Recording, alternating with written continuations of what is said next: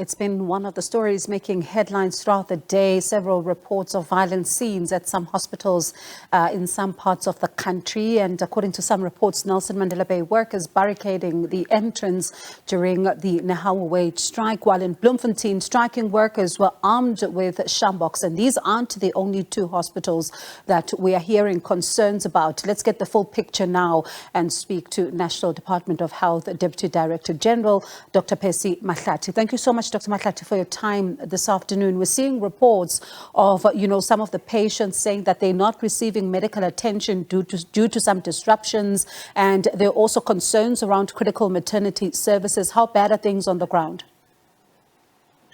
Yeah, thank you very much, Bungwe, for the opportunity. I think let me first start by really applauding our health workers, those who have braved it despite the intimidation and violence against them, have braved it to make sure that they go and provide patient care. I think coming to the question that you've raised, we actually have a serious situation, and no one should actually underplay it. And yesterday was quite intense. There are pockets today that have been intense.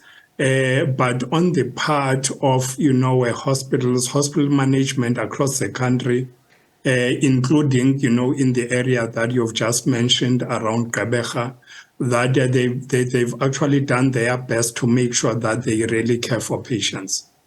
And I know that you say, of course, there have been, some that have gone to work despite the fact that there were some threats, of course. But have there been any deaths that you would say you can ascertain possibly that could have been linked to the strike at all in any of the facilities? Well, I think it's too early to can say that we can ascribe certain deaths directly to the strike. But clearly, there's been a lot of concern from many of the clinicians to make sure that they actually save, especially the critical ill patients, those that were stable enough to can be discharged to the care of their loved ones, families have been discharged. But for those that are fairly critical, there have been other measures put in place just to make sure that we do save, those lives. I think by some time, later this week or early next week, we'll be able to can then respond appropriately to that question. And are those workers who are braving, these intimidation tactics able to cope with the workload in hospitals currently? Well, certainly not able to cope. But there is one thing that is a characteristic of health workers trained in South Africa, is for them to be resilient, and they will even go to the extent of sacrificing their own comfort and time to make sure that they save, the lives of other people. So certainly the workload has been very high for them. Others were locked in hospitals. They could not actually see their families ever since the day before when they went on night duty or were on call. So it's actually quite a very demanding, period for them. And talking about, resilience, I was listening to some on the ground who are saying they are nurses and they feel that, they are hard done by, and they say government doesn't care. And it looks like, of course, they're willing to intensify the strike if it needs be. So if this then persists, how then are you going to be able to deal with the influx of patients and this workload that is going to continue rising? Well, I think the first thing I need to emphasize is that this is not a public health strike. It's a general public service strike. The unfortunate thing is that the unions have decided to target the vulnerable who are in hospitals, because that's an area that is basically a captive, place for them. So in terms of, engaging, going forward, certainly we'll actually have to put measures in place, including, calling upon any health professionals that would be able to can assist. What has happened, for instance, yesterday and the day before, is that those hospitals that were not, and clinics that were not heavily affected, basically, assisters, those who were heavily affected.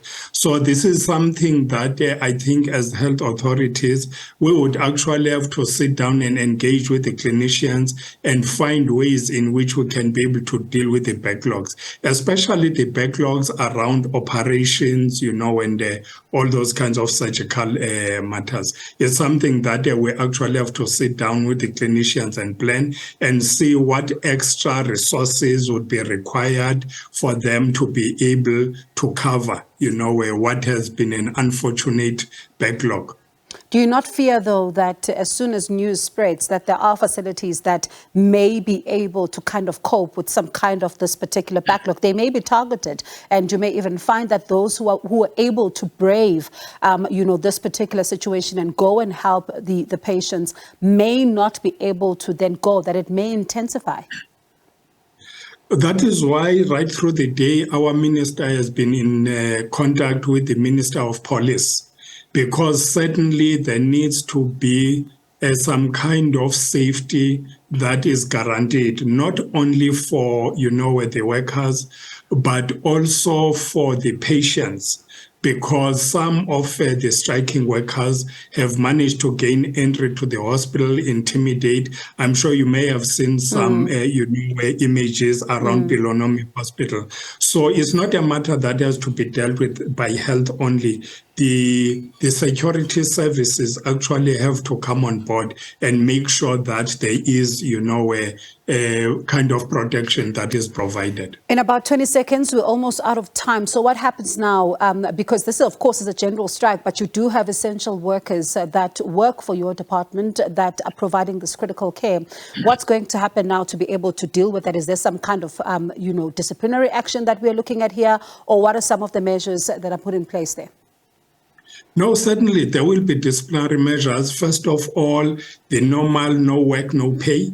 And those that have been fingered in acts of violence will actually have action taken against them. They'll go through the disciplinary processes, which may end up, with some of them, losing their jobs, unfortunately.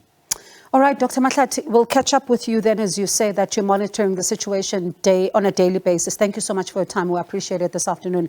That was National Department of Health Deputy Director General, Dr. Percy Mahlathi.